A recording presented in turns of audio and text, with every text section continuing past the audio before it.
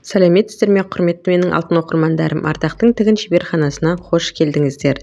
Бүгін сіздермен осындай бантик құрақ құрайтын боламыз. Құрағымызды бастамас бұрын менің арнама тіркеліп, лайк басуды ұмытпаңыздар. Құрағымызға қажетті маталар мен өлшем бірліктер.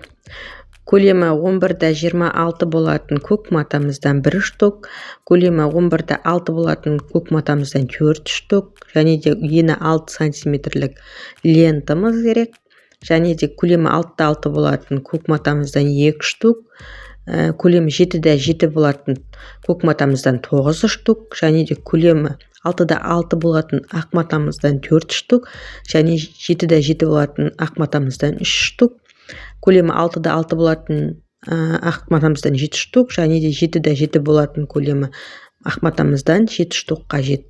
Мына жерде қарап тұрсаңыздар, ақ матамыздың егеуінің цветі екі түрлі, біреуі мықты ақ, және де біреуі қоңырқайлау шамалы, молочныйлау. Сіздер бұл жерде ақтың орнына қызыл, розовый қылып алсаңыздар болады, екі түстен бір-біріне келтіріп аласыздар. Құрағымызға қажетті бөлшектерді біріктіріп аламыз. Көлемі 7-7 болатын екі ақ және де көк матамызды алып, оның бір-біріне беттестіріп, ақ пенен көкті, және де ортасынан сызылған сызық арқылы екі жағына екі тігіс түсіреміз. Ортасындағы сызықтың екі жағына екі сызық түсіретін боламыз. Көк матамызбенен екі түсті ақ матамызды дәл солай барлығын тігіп шығамыз. Және де ортасындағы сызық арқылы қайшымен қиып, құрағымызға қажетті бөлшекті шығаратын боламыз.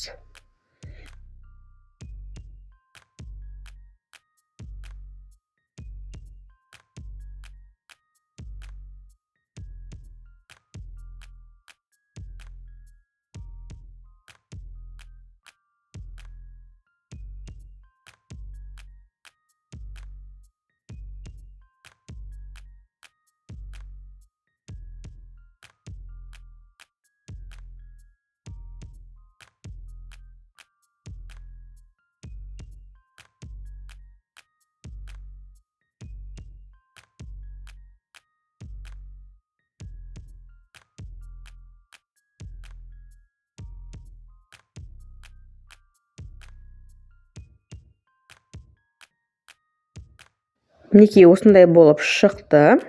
Енді кезекте құрағымызды құрап бастаймыз. Мұқият асықпай қарасаңыздар, барлығы түсінікті болады.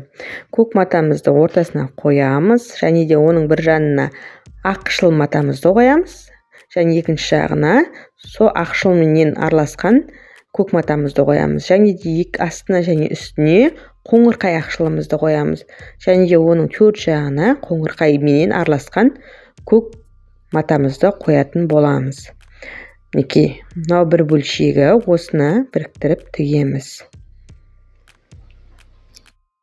Мән беріп қарайтын болсаңыздар, ортасындағы мата, яғни ақ матамыз, әппақ мата, ал астыңғы және үстіңгі линиядағы матамыз ол қоңырқай ақшыл. Мына жерде менде бар матаменен ғана тігіп жатырмын. Сіздер басқа мата алсаңыздар болады.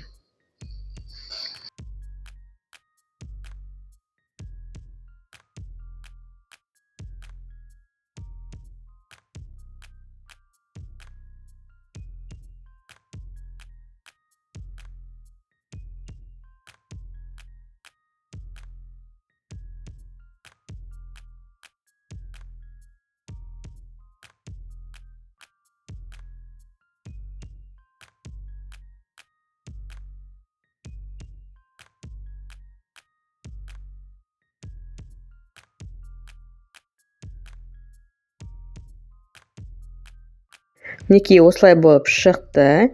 Енді осыған қарама қарсы екінші жағын жасаймыз. Бұл бантиктің бас жағы. Мінекей ақ матамызды алдық, көк матамызды алдық, және де осындай ақ мата мен көк мата араласқанды аламыз. Әппақ матамыз бен көк матамыз араласқанын аламыз, және де астыңғы мен үстіңгі бөлшегіне ақтың да жаңағыдай молочный цветі бар ғой, соны аламыз. қарасаңыздар мына жерде шағылысып көрінбей тұруы мүмкін, бірақ анықтап қарасаңыздар барлығы көрініп тұр. Тек бұл жерде ауысатын тек бір ғана деталіміз. Мінекей. Орналасу тәртібі тек бір жері ғана, осы жері ғана ауысып тұр. Қалғаны дәл осылай міне. Мынаған тек қарама қарсы қылып тіккеніміз. Осының барлығын біріктіріп тігіп шығамыз. Мінекей тігіп алдық. Ендігі кезекте көлемі 6-да 11 болатын көк матамызды аламыз, және де қоңырқай ақшыл, яғни молочный цветімізді алып, дәл осылай біріктіріп шығамыз. Екі ортасына, құрағымыздың екі ортасына тігіп шығамыз.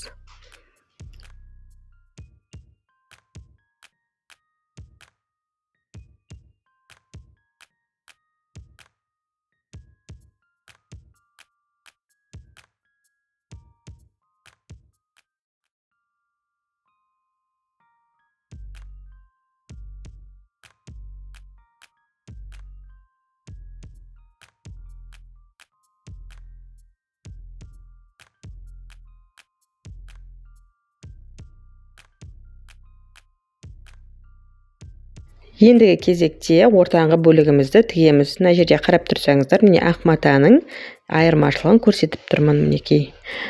Ендігі кезекте ортаңғы бөлікке, мінекей, бір жанына алатын боламыз. Орналастыру тәртібіне ортасына көкті қоямыз, және де оның екі жанына міне осылай қоямыз, мінекей. Мынаның үстіңгі жағындағы ақпенен араласқан көк мата, ал оның төменгісіндегі молочный цвет, яғни ақтан шамалы қоңырқайлау цветі. Осы бірінші осылай міне біріктіріп аламыз, және келесі жағын осыған қарама қарсы қылып жасайтын боламыз. Тігу барысында бәрі түсінікті көрсетілген.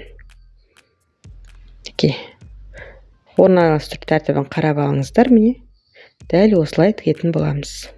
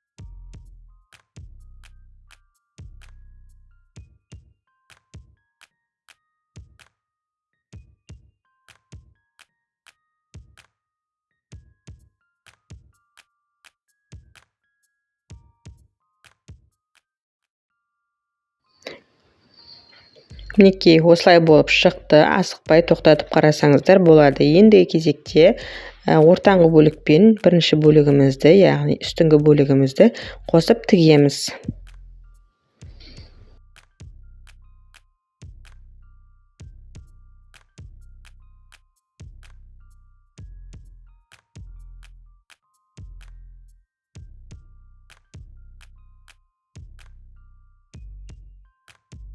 Ендігі кезекте үшінші астыңғы бөлігімізді тігеміз. Ол үшін мінекей көлемі 26-да 11 болатын көк матамызды алып, соның екі жағына ақ матамызды орналастырамыз. Ақ көлемі 6-да 6 болатын 4 пұшты матамызды орналастырамыз, және оның астына қоңырқай, яғни молочный ақпен біріккен көк матамызды орналастыратын боламыз. міне осылай екі жағына орналастырып тігетін боламыз.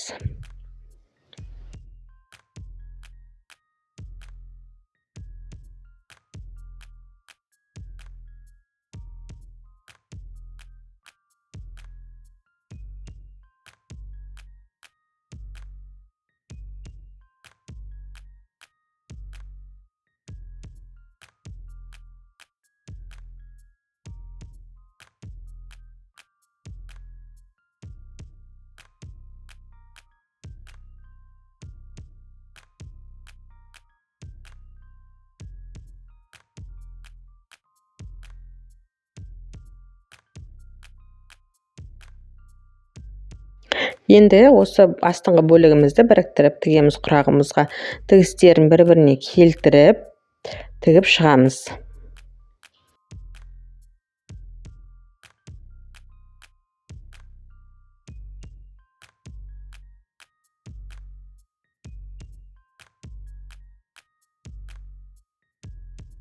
Енді осының жан жағына ені 6 сантиметрлік көк лентамызды барлығын айналдырып тігіп шығатын боламыз.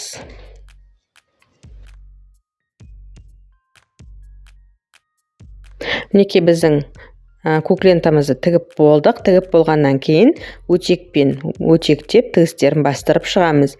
Мінекей біздің құрағымыз дайын. Мынау артқы көрінісі алдынан қарағанда осылай болып тұрады.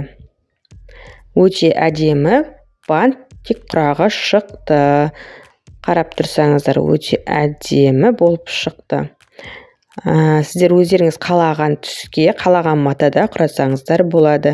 Мен бұл құрақтан көрпеше, кішкентай ғана астыға салатын көрпеше тігемін. Егер менің құрағым сіздерге ұнаған болса, маған тіркеліп, лайк басуды ұмытпаңыздар. Сау саламатта болыңыздар.